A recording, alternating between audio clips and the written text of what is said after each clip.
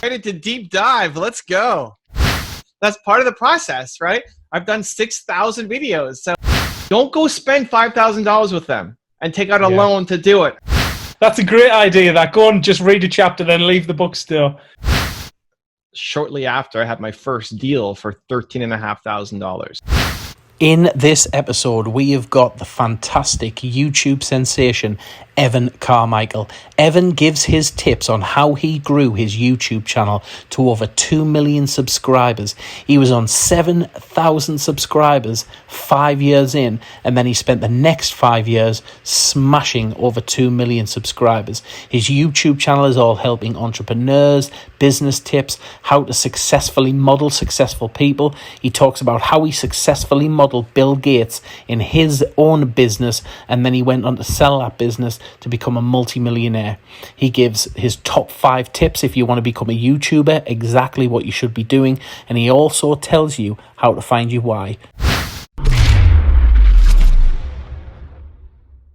Great to have you on.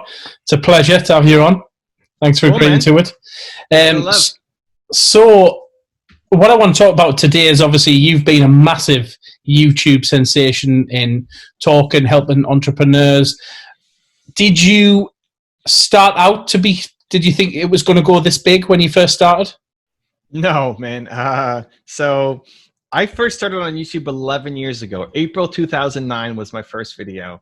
And I'm a visual learner, so I'd much rather see something, even the fact that I can see you makes this better than just audio. Audio is the worst for me.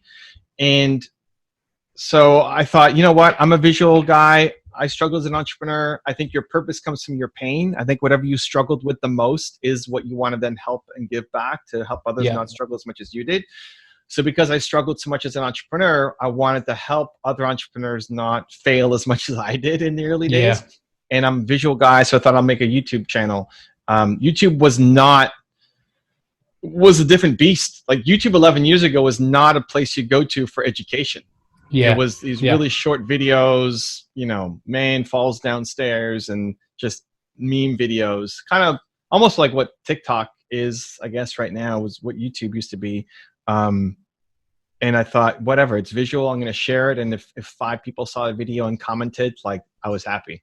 So I'm not that smart. I had no way to know where we're going to be. Where now, I mean, YouTube, if you are a thought leader, if you're an expert, if you have a message, you need to be on YouTube. It's the best place to be. So it took you, I think, so you were about, how long did it take you, how many followers you got? Is it 2.3 million? 2.3 Something like that. I mean, it took 5 years to get to 7,000 subscribers. Yeah. And then 5 years to get to 2 million. So what happened? What did you do differently in the later 5 than you didn't do in the first 5? So a couple of things. One, YouTube also evolved, right? So I was way early for doing this kind of content that nobody really cared about. So YouTube also caught up and became an education platform. 2, I took it more seriously. I went from making a video every now and then to I'm going to make a video every single day. To up to 3 a day. To then I don't know how many videos we make a day now. 6, 7 a day across our different channels. And then 3, I just got better. I mean, I was a really slow learner. You can go back and watch my first videos. I was nervous. I was shy, awkward in front of the camera. But just like anything else, if you go back to episode 1 of your show, compare it to now, it's hard to go back and watch episode 1. It's like, oh my God, I was so nervous. That's a so crappy question. And that's part of the process, right? I've done 6,000 videos. So it's hard not to get better at something if you've practiced it 6,000 times. Yeah, that's right. And what I've noticed is, so entrepreneurs, every entrepreneur needs help. You know, I've run and run some very successful businesses, and I've done very well in business, but every day I still learn. I still go to YouTube for content or podcast for content. If somebody's on, I think they're talking about something I want to know. So I'll listen to that, and that. So every day is a learning day for me. How do entrepreneurs sift through the amount of people giving content for rich quick schemes? And everywhere you click, there seems to be, come and do this course, come and do this, come and, listen to this, where there's a lot of great content for free on the internet, probably loads of great content for free on the internet. What advice would you give to entrepreneurs who were starting out, who were wanting to get in, to where to go and what to listen to, what not to listen to? I think there's a lot of people, and I think there's a lot of people who have a great message. It may not be the message that you need to hear right now. What I recommend people doing, I hate spending money till I'm making money. Yeah. So it's easy to drop a boatload of money on some course, and maybe the course sucks and the person's a scam artist, or maybe you suck and you didn't actually pay attention to the course and didn't do it, right? I mean, a lot of people buy a course and then never follow through. Yeah. So what I recommend people doing is, one, recognize that there's so much free content out there right now. Start with the free. If you love these deep dives with Dave, how many episodes of this podcast do you have, Dave? 17. This is my 17th now. Great. So go back and listen to the other 16. Yeah. If you find value in it, right? So this is what I recommend doing at the beginning, because I still think of when I was 19, I had my first business. I'm making $300 a month. I wouldn't be able to afford anything. I couldn't even buy a book. I wasn't buying, let alone a coaching program, right? None of that. I just couldn't afford it. So I would be consuming whatever I could for free, and then see who you resonate with and where you're actually starting to get results from. So if you love my content, you're starting to get results, then consume more content. You love Dave, you're getting results, consume more, subscribe to the show, watch it, listen to every episode. Yeah. Or if it's Gary or Grant or whoever, you start consuming their stuff for free and show yourself that you're feeling better. You're getting the results. Stuff is actually starting to happen. The things that you said you couldn't do, now you're starting to do. You should be able to get that first bit of momentum just from the free content. Yeah. Next, I move to whatever entry-level product the person has. Usually it's a book, right? Yeah. Here's my book, Built to Serve, right? I think humans are built to serve. I don't know what this costs, $27, right? That's the next starting point. If you really like the person, you're getting a lot of value from their free content, don't go spend $5,000 with them and take out a loan to do it and borrow money from your mom or whatever, right? Buy a $27 book. And then again, show yourself that it works and that you learn something from the book and that you're getting better from it. Or go to the library and read the book, or go to a bookstore and every week read a chapter or something. If you're really hard. That's a great idea. That's a great idea. Go and just read a chapter, then leave the bookstore. Dude, I used to do this. I'm making $300 a month. This would be 10% of what I made in a month. Yeah.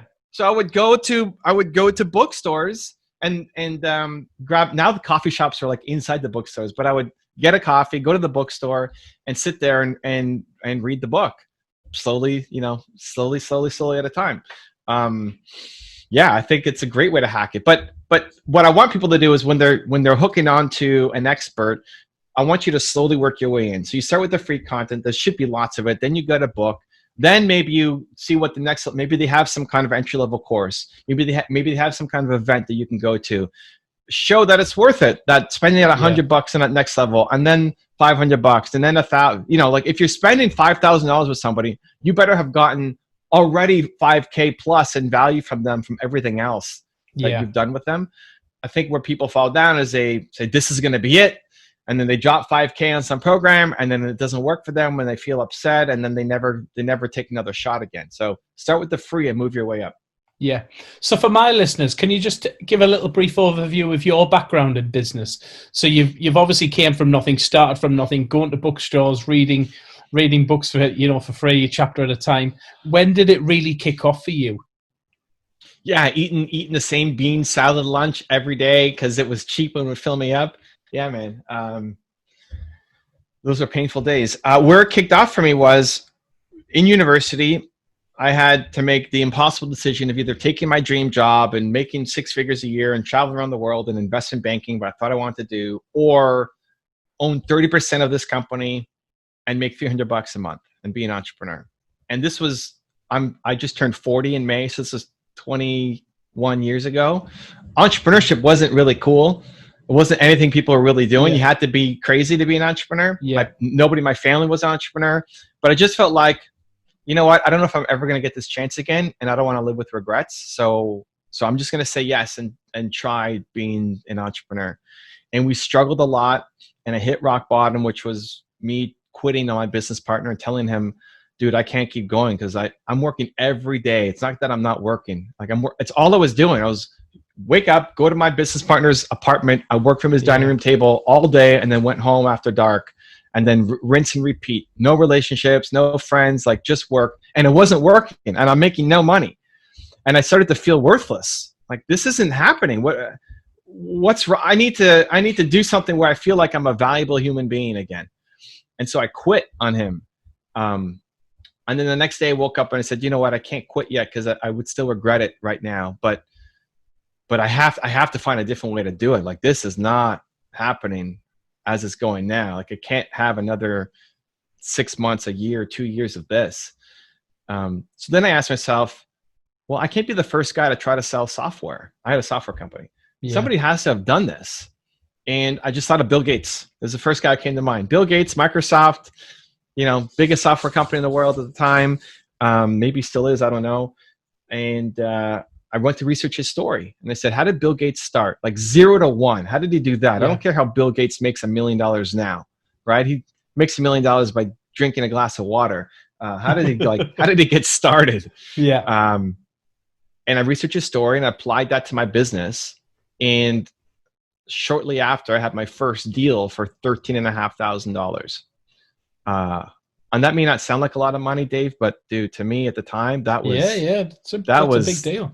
That was money, man. I felt rich. Like I'm making $300 a month. Now we got a check for $13,500. It's like, what is happening? Like hope, like something, momentum.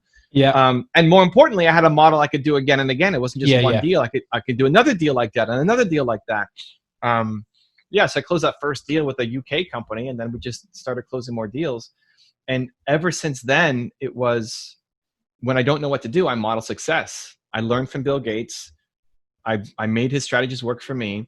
And if anybody's followed my YouTube channel, what have I done on my channel? I just model success. I teach people how to model success. Yeah. So, your purpose comes from your pain. I struggled so much as an entrepreneur. The thing that helped me out was learning from successful entrepreneurs. Now that's what I try to teach people. And that's my purpose for the rest of my life, is teaching people how they can model success and not have to struggle as much as I did. And that is valuable there because you've picked someone who's not selling a training course, who's not selling something. You've picked someone who's doing that in their industry or in your industry at the time, finding out what they've done, how they've done it. And that is hit the nail on the head there, because I say this all the time. Once you did that $13,500 deal, you know how you did that. You can then replicate that. And I always say, once you learn how to make money and how to sell and how to do it in the way you did it and break it down, you will always should be able to continue and replicate that. And, you need a bit of luck. I always say you need a little bit of luck, but you create your own luck by doing these things and pushing yourself out there. Yeah. And I think when you're modeling success, it's great to find people both inside your industry and outside who you look up to. So, if you're doing a podcast, it's great to look at what Joe Rogan is doing. He just sold his Jesus. I mean, who knows how big that deal is, but he's making a lot of money from podcasting, right? Like, it's worth looking at, how did Joe Rogan do that, right? Like, if you're trying to start a podcast, you should look at Joe Rogan. You should look at Tim Ferriss. You should look at these guys who are doing it. And you can also learn from Steve Jobs, and from Kanye West, and from Oprah Winfrey, some people who don't have podcasts, but you're taking something else from them, a mindset, a tactic, a strategy. So I think both, like people who are in your industry, who have done it, and people who are outside who you respect and look up to for something, because you can bring some element of that into your business too. Yeah, I couldn't agree more, to be fair. I couldn't agree more. So what's the worst piece of advice you've ever received in business? One of my first videos that I was super proud of, it was just fun. It's a 6.5 minute video. And I thought I was really great. It was around Believe. It was when I first discovered Believe, and I wanted to make content around that. And I showed it to somebody who was in the video industry, and he said, it's too long. Nobody's going to watch a 6-minute video on YouTube. It's too long. And YouTube was a different era at the time too. Right? 6 minutes is now short. I have 8-hour videos on YouTube now. But he said not to post it. He told me, Evan, you don't understand how the internet works, and you shouldn't put that video up.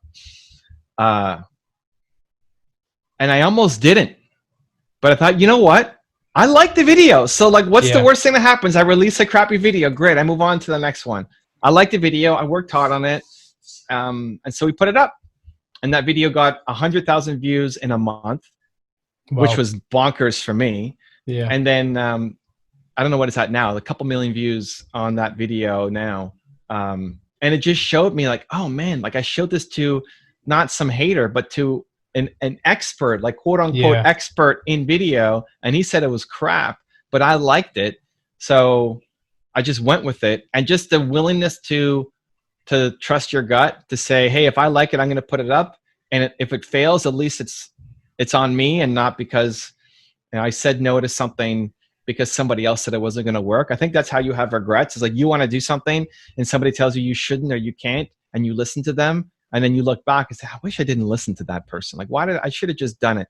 I don't want to have that haunting, pit in the back of my stomach.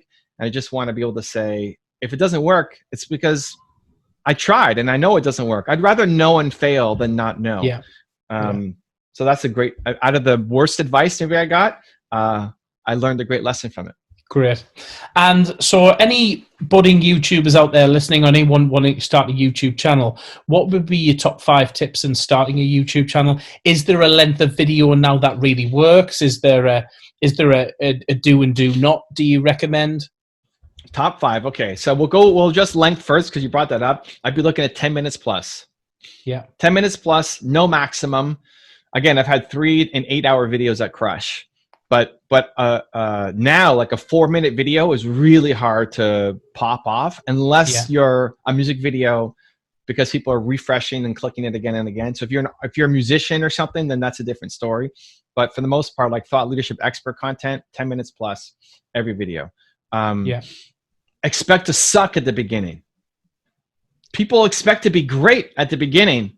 I don't know why you expect to be great. It's your first time doing it. Like you can't expect your first podcast to be awesome. You're going to suck.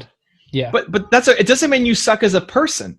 It just means you don't have the skill set yet. Well, how do you get the skill set? By doing the work, by putting in the reps, by getting more done. So expect your first video to suck. Expect to hate it.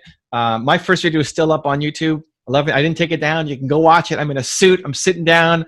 I'm sweating. I'm super nervous. trying to memorize my lines. It's brutal. But it's still there, so you can see the journey. So don't expect to be great the first time, just like anything else. Like if you just pick up any new skill, you're not going to be fantastic at it from the get. 3, make consistent content. So be in the game consistently. It's really hard to get good at something if you're only practicing once a week. Like Michael Jordan's not practicing once a week. So if you want to get really good at this, you have to make it a part of your daily routine. That may sound scary, but if you want to get great, then you have to think, how do I make daily videos around what I'm an expert in and what I want to share? 4, I say drop the production quality. So how do you make daily videos? You don't get so concerned about your intro, your extra, your graphics, your sound packages, all that stuff. Unless video editing is your thing, then it has to look good. But if it's not your thing, then you take out your phone and you start recording, because your job as an expert or thought leader is to teach me to think like you think. You see the world in a different way. I want to get inside how you see the world, because you've got a lesson to teach me. People get way too caught up on production quality, where what's really most important is the quality of the information that's being shared. And I get that, why people get hung up, because, and again, as starting a podcast is, you might start a podcast and look at all of the successful podcasters and think, oh, well, I'm comparing myself to them. But really, you've got to compare yourself to somebody on your level and edge yourself and start getting better and better and better, don't you?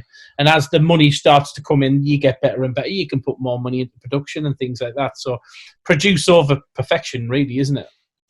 Yeah, I mean, I could give you Joe Rogan's entire setup, entire camera crew.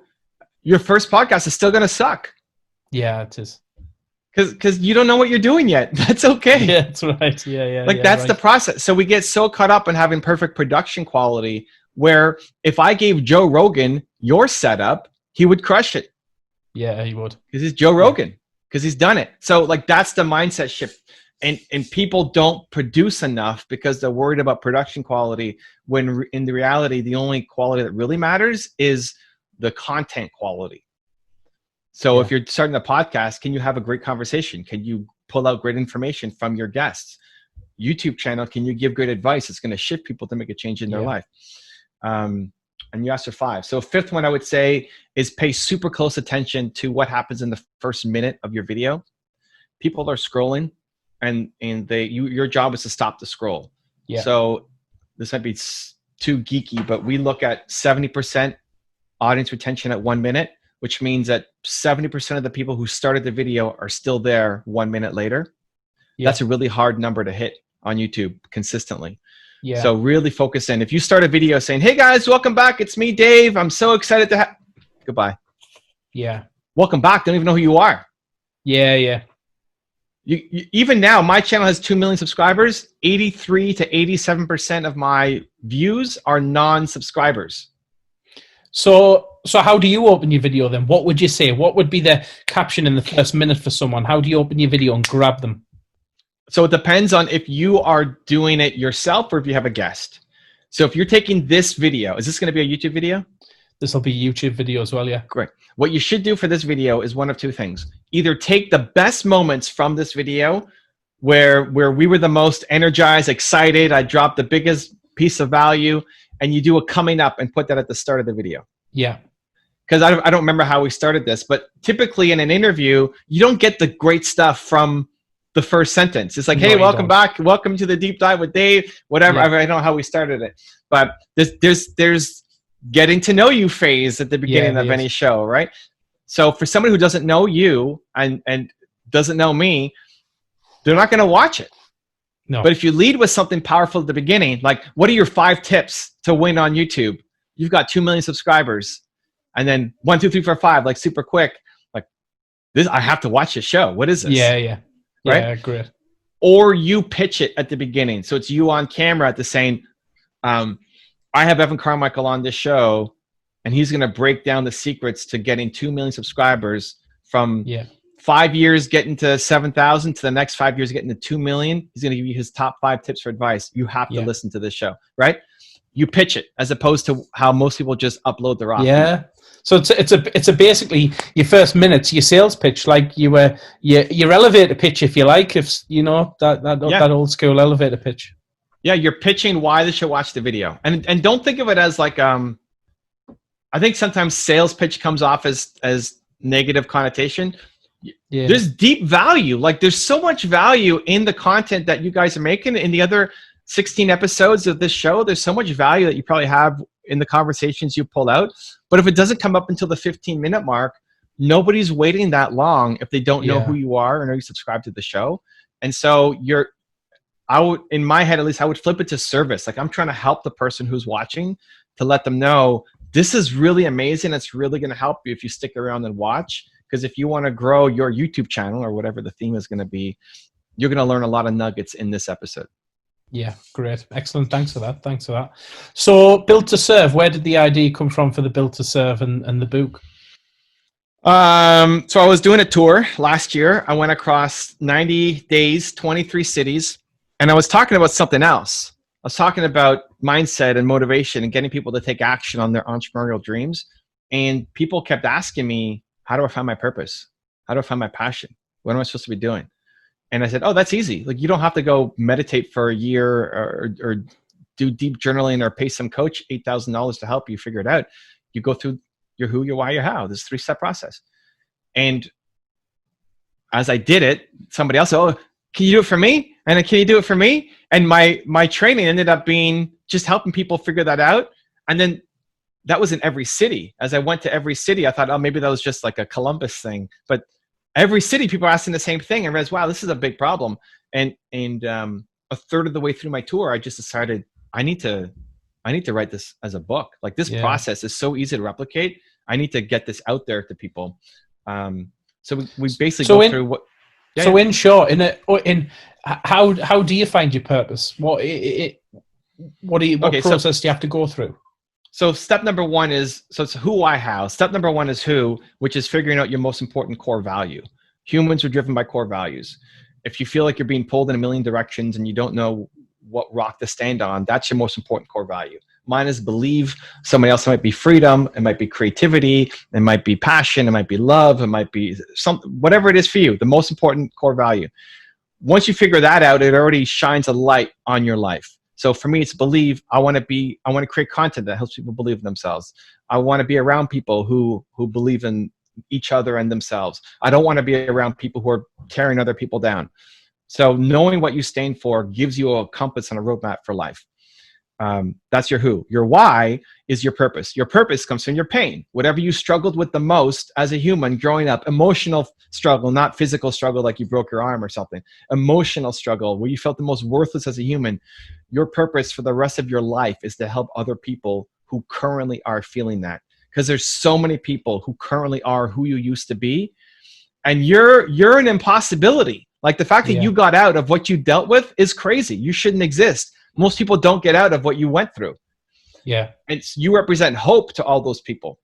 Yeah. And that painful moment that you went through is actually now something that you can use to serve, because we're hardwired. Humans are hardwired to serve. And then how is how you got out of it. What did you do? What were the steps that you took? I tried a million different things. None of them worked until I modeled Bill Gates. That worked. Now what do? I just teach how to model success. That becomes the recipe. So the hacks that you took to get to, even though you're not done climbing, but to get out of the hole that you were in is teachable to help other people. And figuring that out is a recipe that you use for the rest of your life. Great. Who do you admire? Who do you look up to? Who's your kind of go-to people for inspiration? I know we're kind of cutting close on time, but I start with my parents. So behind me on my wall is a picture of me and my parents. I'm 8 or 9 years old here.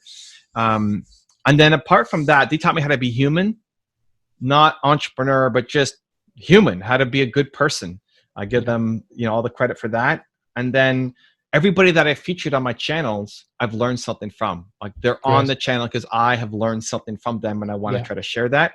And I love learning from everybody. So I might hate 99% of somebody, but if they've got 1% that I can learn from and apply to my life or business, that's what I want to try to do. Great. And last question, which I ask everyone, there's a dinner party, you're allowed 3 guests, alive or dead, who would you invite to your dinner party and why? So I've got 4 people on my wall besides my parents. You got to make me pick between these guys, huh? A.P. Giannini is my favorite entrepreneur of all time. Started Bank of America. And he's the guy who bet on, he lent money to people based off of a handshake and a look in their eye, if you can imagine a banker doing that. I love that. Steve Jobs, visionary entrepreneur. Just the idea of trying to make that dent in the universe. I picked these 2 for sure because they're both dead and I've never get that chance.